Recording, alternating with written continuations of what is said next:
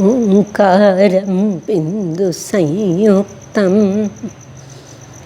नित्यं ध्यायन्ति योगिनः कामदं मोक्षदं चैव ओंकाराय नमो नमः। अज्ञानतिमिरान्धानां ज्ञानाञ्जनशलाकया चक्षुरुन्मिलितं येन तस्मै श्रीगुरवे नमः। पूज्यश्री अमृतचंद्राचार्य विरचित पुरुषार्थ सिद्ध्युपाय ग्रंथातील 24व्या श्लोकावर स्वाध्याय प्रारंभ होत आहे. सम्यक दर्शनाची व्याख्या आचार्यांनी सांगितली, पण ती श्रद्धा कशी पाहिजे? 8 अंगांनी सहित 25 दोषांनी रहित. त्या 8 अंगांचं स्वरूप आचार्य समजावून सांगत आहेत. 23व्या श्लोकात निशंकित अंगाचं स्वरूप आपण पाहिलं. पूर्वबद्ध पापकर्माच्या उदयात अनेक संकट येतील. केलेली मेहनत वाया जाईल. अपेक्षेप्रमाणे लाभ होणार नाही. तरीसुद्धा आपली श्रद्धा विचलित होऊ द्यायची नाही. हे निशंकित अंकाच्या परीक्षेचं लक्षण समजायचं. सुखाच्या प्रसंगी सगळं अलबेल असतं, पण संकट समोर ठाकलं की मनात नाना प्रकारच्या शंका येतात. मी एवढी श्रद्धा ठेवली, धर्म करतो, पूजा करतो, जाप करतो, पण मला अपेक्षेप्रमाणे फल का मिळत नाही? हा धर्मच खोटा, मला नको. असे विचार चुकून सुद्धा मनात येऊ द्यायचे नाहीत. जे काही आपल्या पदरात पडणार, सुखदुःख वाट्याला येणार, ते एकीकडून आपल्या पूर्वबद्ध कर्माचा उदय, उपशम, क्षय, क्षयोपशम यावर अवलंबून आहे. आणि दुसरीकडून आपला पुरुषार्थ.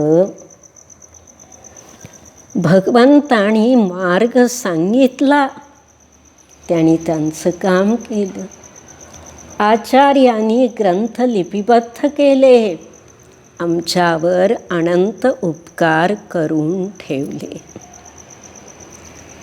आपल्याला मिळालेल्या सद्गुरूंनी जेवढं शक्य तेवढं आपल्याला शिकवलं. हे सुद्धा आपलं पूर्वपुण्य आहे. आता राहिलं काय? प्रत्येक समयाला आपलं कर्म आणि आपला पुरुषार्थ यांचा मेळ घालून आपल्या जगण्याची चाकोरी ठरत असते. जीवन व्यतीत होत असतं. फक्त कर्म नाही, फक्त पुरुषार्थ नाही. कर्म म्हणजेच दैव आणि पुरुषार्थ म्हणजेच प्रयत्न, मेहनत, धडपड. दोन्ही मिळून जे काही व्हायचं ते होणार.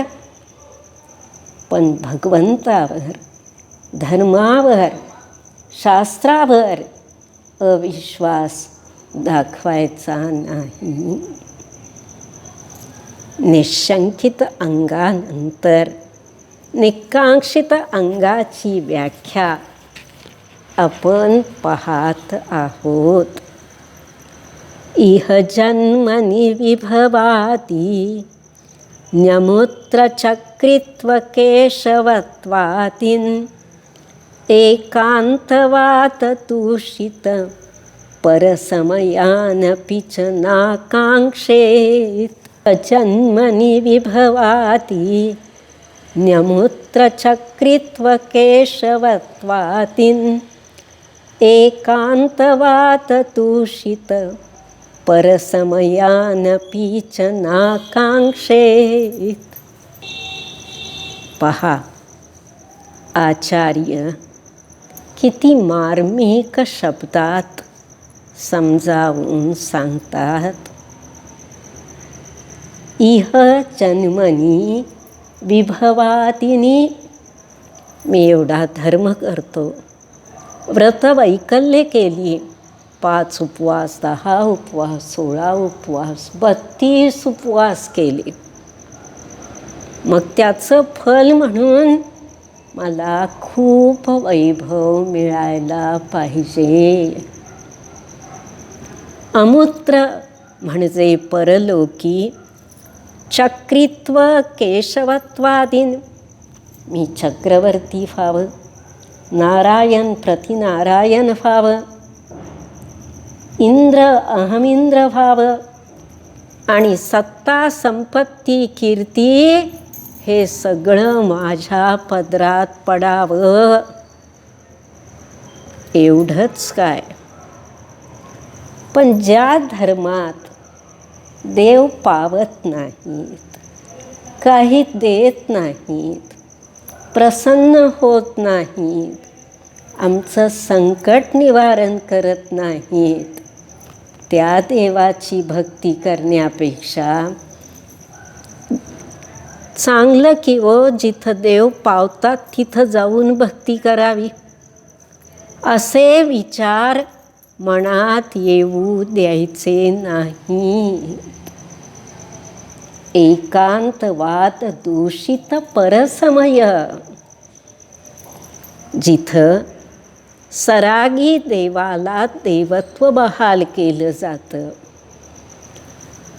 जिथं सिद्धांत एकांतवादानं दूषित आहे, इहपरलोकीच्या सुखाची व्याख्या विकृत आहे, मोक्ष नीट कळलेला नाही, मोक्ष मार्ग व्यवस्थित सांगितलेला नाही, अखिल प्राणीमात्राच्या कल्याणाचा विचार जो धर्म सांगत नाही,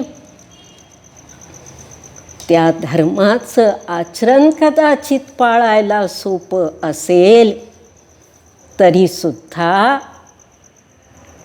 त्याविषयी मनात अभिलाषा आणि श्रद्धा उत्पन्न होऊ द्यायची नाही. न आकांक्षेत, त्याची आकांक्षा, अभिलाषा, इच्छा करायची नाही. पहा, विचार करा, अनादिकालापासून 84 लक्ष योनीत फिरताना अनेक वेळा इंद्र झालो, सत्ता संपत्ती वैभव भोगलं, राजा महाराजा झालो, तिथलं वैभव भोगलं, काही कमी पडलं का?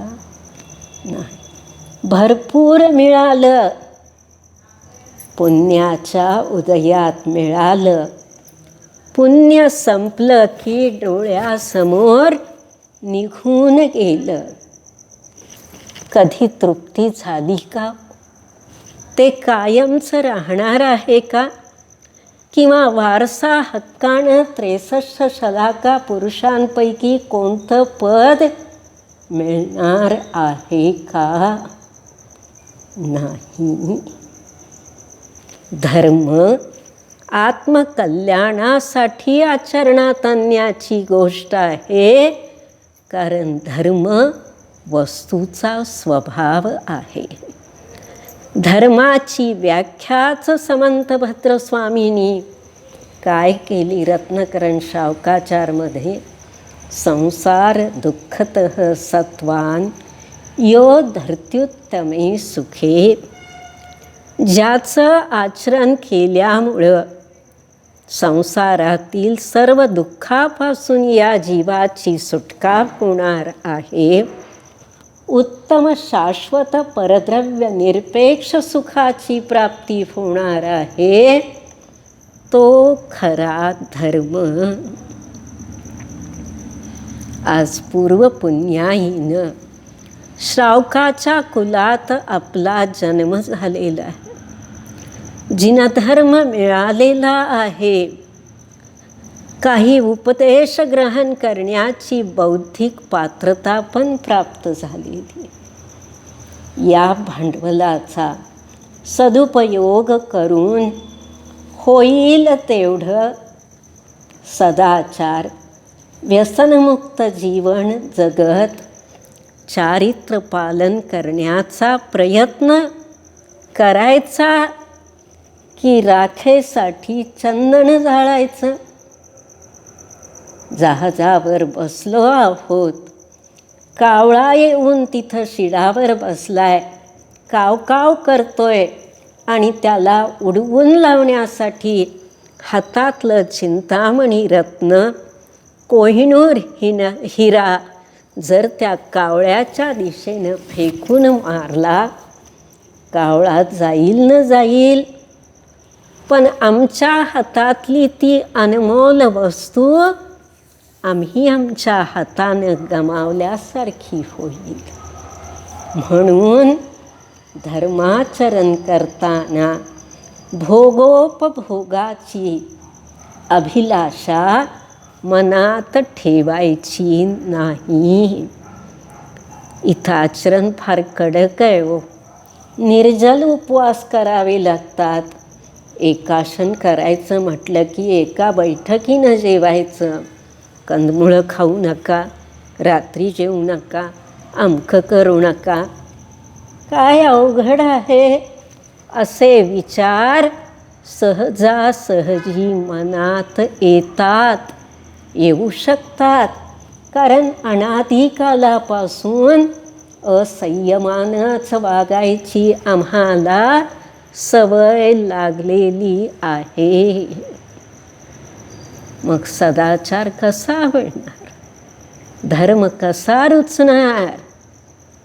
जिथं चैन करता येते, मजा मारता येते, पाहिजे ते जिव्हा लोलुपतेनं खाता येतं, त्याचं आकर्षण वाटू शकतं. पण ते वाटू न देणं याचं नाव निकांक्षित अंग आहे. पहा, सुकुमार मुनीच्या भजनात काय म्हटलेलं आहे? एकही कनना भूवर असला, तव भोगाविन बाकी उरला. परत ऐका, एकही कनना भूवर असला, तव भोगाविन बाकी उरला. उपभोगाची भूक अघोरी, शांत कधी होणार जागा हो सुकुमार. किती प्रकारचं वैभव भोगलं, पक्वान्न खाल्ली, पंचेंद्रियांच्या भोग्य पदार्थांचा भोग घेतला, पण तरीसुद्धा आम्ही तृप्त झालो नाही. कारण हे संसारातलं सुख कर्माच्या अधीन आहे, परवश आहे, अंतसहित आहे, दुःखाचं बीज आहे. कर्मपरवशे सांते, दुःखैरंतरितोदये, पाप बीजे सुखे नास्ता श्रद्धाणा कांक्षणा स्मृता. म्हणून अशा प्रकारच्या ऐहिक पारलौकिक सुखावर आपण फुरळून जायचं नाही, भुलायचं नाही. आत्मकल्याणाचा मार्ग वैराग्याच्या वाटेनं जातो. आपल्याला जेवढं झेपेल तेवढं करायचं आहे. तर या मनुष्यभवात जन्म घेतल्याची सार्थकता आपल्या पदरात पडणार आहे. निकांक्षित अंगामध्ये सती अनंतमतीची गोष्ट प्रथमानुयुगात प्रसिद्ध आहे. ती थोडक्यात पाहायची आहे. प्रत्येक कथेतून आपल्याला बोध घेण्यासारखं काहीतरी मिळतं, पण तसं पाहिलं पाहिजे. लहानपणी शाळेत भाषा विषयाच्या प्रश्नपत्रिकेत एक गोष्ट दिलेली असायची आणि त्यावर प्रश्न दिलेले असायचे. उत्तरं आपण लिहायची आणि त्यात एक प्रश्न असायचा, या कथेचे तात्पर्य काय?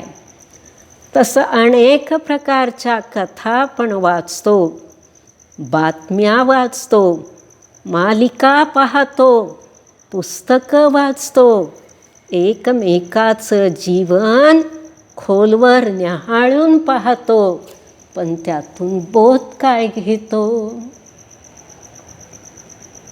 हा मुद्दा महत्त्वाचा आहे.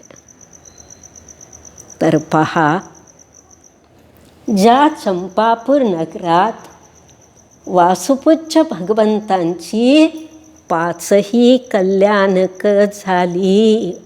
विशेषतः 24 तीर्थंकरात पहिले बालब्रह्मचारी तीर्थंकर, ज्यांची 5च्या 5 कल्याणक एकाच ठिकाणी झाली.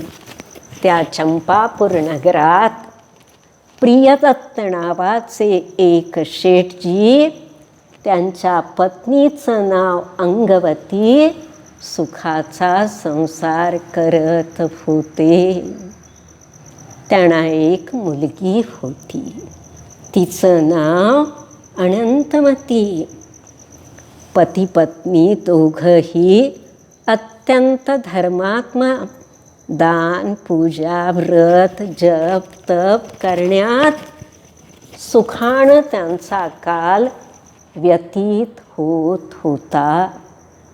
एकदा काय झालं, धर्मकीर्ती नावाच्या मुनींकडून त्यांनी अष्टाणिकाचे 8 दिवस ब्रह्मचर्य व्रत पालन करण्याचा नियम घेतला. आणि त्यावेळेला अनंतमती अगदी छोटी चिमुकली मुलगी होती. माता पित्यांना काय वाटलं, त्यांनी तेच व्रत 8 दिवसांसाठी म्हणून त्या मुलीला पण दिलं. आणि ही कथा एवढ्यावर संपत नाही. या निमित्तानं आणखी एक आपल्याला सांगायचं आहे.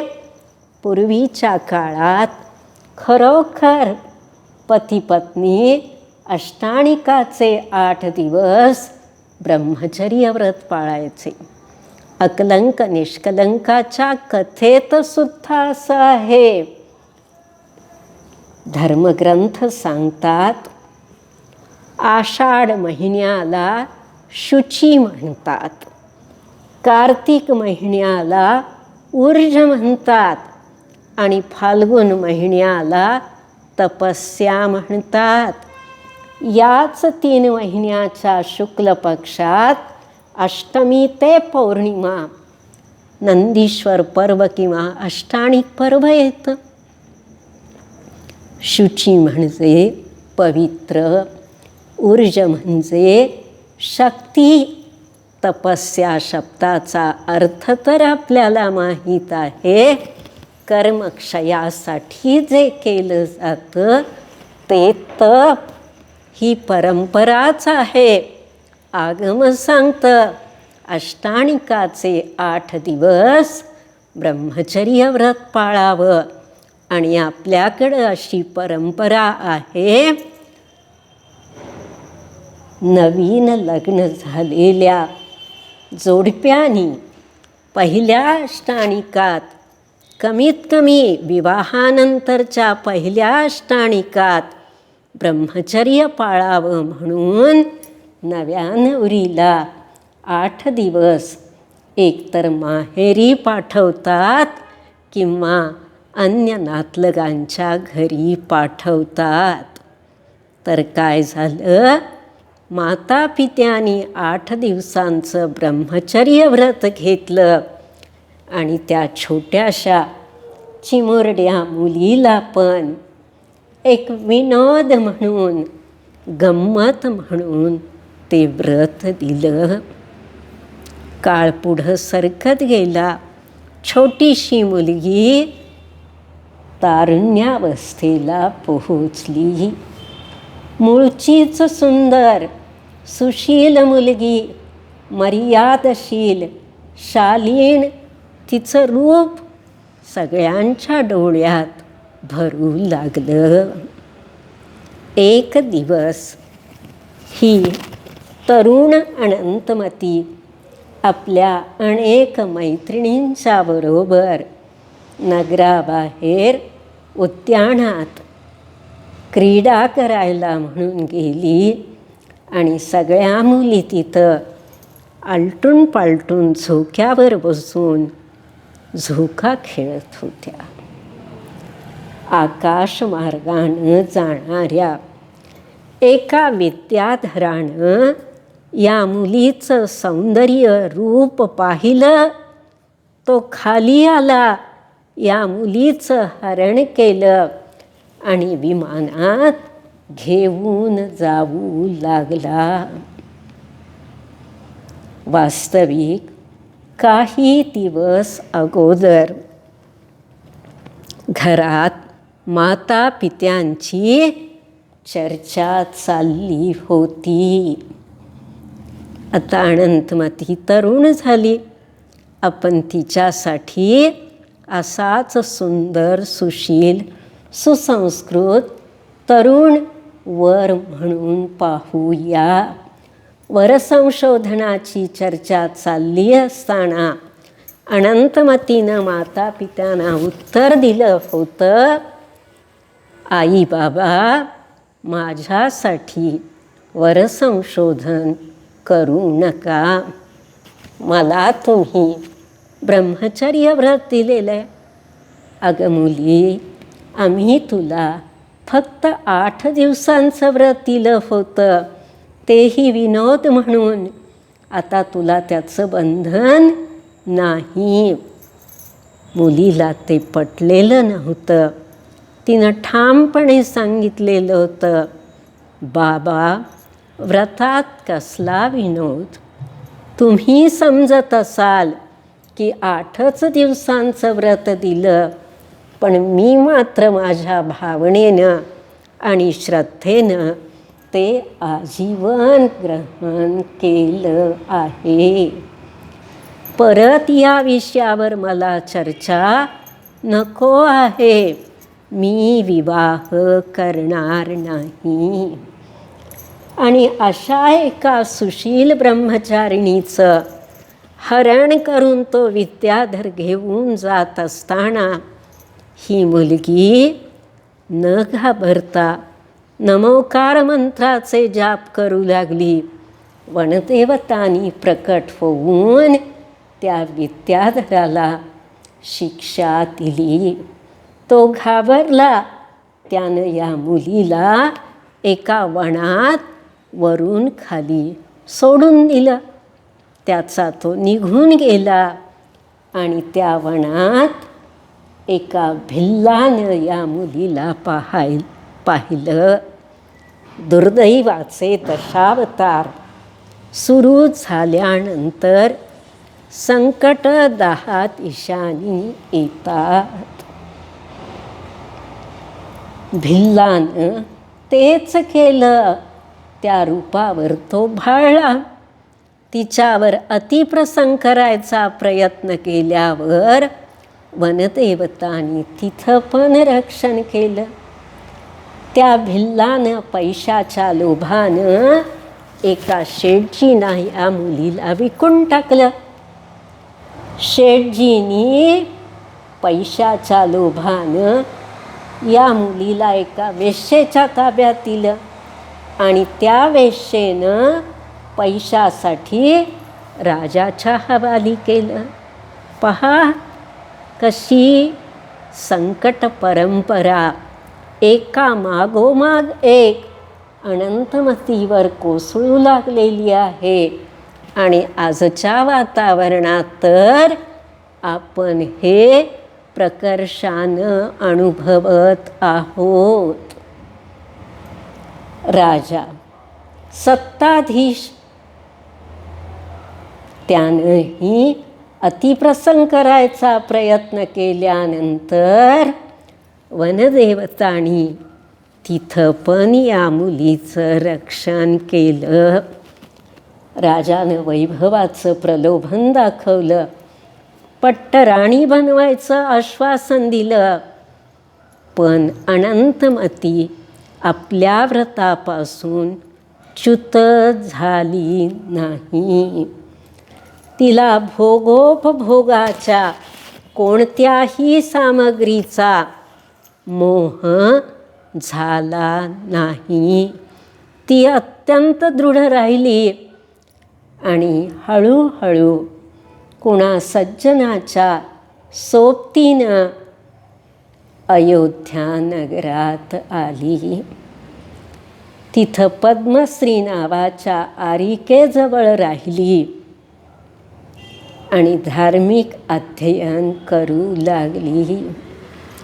मुलीचा शोध घेत घेत माता पिता अनेक गावं फिरले. कुठंही शोध लागेना. चला या निमित्तानं यात्रा करत करत अनेक ठिकाणी आपण तिचा शोध घेऊ, विचारपूस करू म्हणून ते माता पिता फिरत फिरत अयोध्या नगरीतच आले. त्यांचे नातलग तिथं होते आणि त्या परिवारातल्या लोकांनी उद्या आमच्याकडं पाहुणे येणार आहेत म्हणून या मुलीला ओळखलं नाही. किंवा लहानपणी पाहिलं असेल, आता तरुणावस्थेत ओळखलं नव्हतं, पण आपल्या अंगणात सुंदर रांगोळी काढायला म्हणून तिला बोलवलं. प्रियदत्त सेठ त्यांच्या समोर तर अनंतमती आलेली नव्हती, पण त्यांनी अंगणातली ती रांगोळी पाहिली आणि नातलगांना विचारलं, कोणी काढली ही रांगोळी? अहो, माझी सुकन्या अनंतमतीसुद्धा अशीच सुंदर रांगोळी काढत होती. कुठं असेल देवाला माहीत. त्यांच्या डोळ्यात अश्रू आले. त्या नातलगाणी सांगितलं, इथं आरिका माताजी आहेत आणि त्यांच्याजवळ एक मुलगी आहे, तिनं ही रांगोळी काढली. खूप गुणी मुलगी आहे हो, धर्मात्मा आहे, शालीन सोज्वळ आहे, सुंदर आहे, पण तिला आपल्या रूपाचा गर्व नाही. तिची रुची धर्माचरणाची. तुम्ही त्या मुलीला बोलावता का जरा? हो बोलावतो की. बोलावलं. ओळख पटली. मुलीला पोटाशी धरून आई वडील खूप रडले. सगळी तिची कहाणी समजून घेतल्यावर त्यांच्या हृदयात धस्स झालं. मुलीला म्हणतात, बाळ इतकं दुःख भोगलं, धन्य तुझ्या धैर्याची, दृढतेची. आता आमच्याबरोबर तू चल, आपण आपल्या घरी जाऊ. अनंतमतीनं उत्तर दिलं, माता पिता, मी संसाराचं रूप खूप पाहिलं. आता मला घरी यायची इच्छा नाही. तुम्ही पण त्याचं दुःख करू नका. आणि याच माताजींच्या जवळ मला आरिका दीक्षा घ्यायची आहे. तुम्ही मला अनुमती द्या. तिच्या इच्छेचा मान राखून माता पित्याने तिला अनुमती संमती दिली आणि त्या आरिकेजवळ अनंतमतीनं आरिका दीक्षा घेतली. खूप तप केलं, समाधिमरण साधलं, स्त्रीलिंगाचा छेद केला. स्वर्गात देव होऊन जन्मली. तिथून पुढे या मनुष्यलोकात येऊन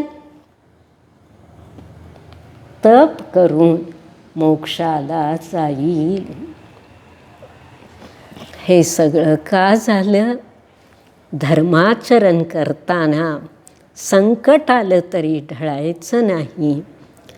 वैभवाची, भोगोपभोगाची अपेक्षा करायची नाही.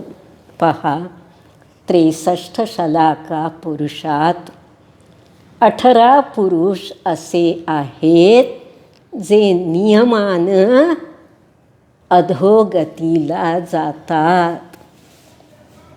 कास पूर्वजन्मी मुनी होऊन घोर तप करतात, देवगतीत जातात आणि तिथून खाली येऊन ते पद त्यांना मिळतं. 3 खंडाचे स्वामी होतात, अर्धचक्रवर्ती त्यांना म्हटलं जातं. पण इतकं सगळं मिळून सुद्धा त्यांची दुर्गती का होते? तर तप केल्यानंतर ते निदान काय बनतात? पुढच्या जन्मी मला वैभव मिळू दे, साम्राज्य मिळू दे, मी सार्वभौम सम्राट होऊ दे. तपाच्या जोरावर ते निदान खरं ठरतं. 3 खंडाचे स्वामी होतात. पण एवढं सगळं मिळून सुद्धा ते काय करतात? अनेक भवापासून चालत आलेलं वैर आपसात तेच करतात, महायुद्ध करतात आणि दोघंही शेवटी कुठं जातात? दुर्गतीला जातात. म्हणून आपण काय ध्यानात घ्यायचं? धनकन कंचन राजसुख सबही सुलभ कर जान, दुर्लभ है संसार में एक यथार्थ ज्ञान. ओम नमः.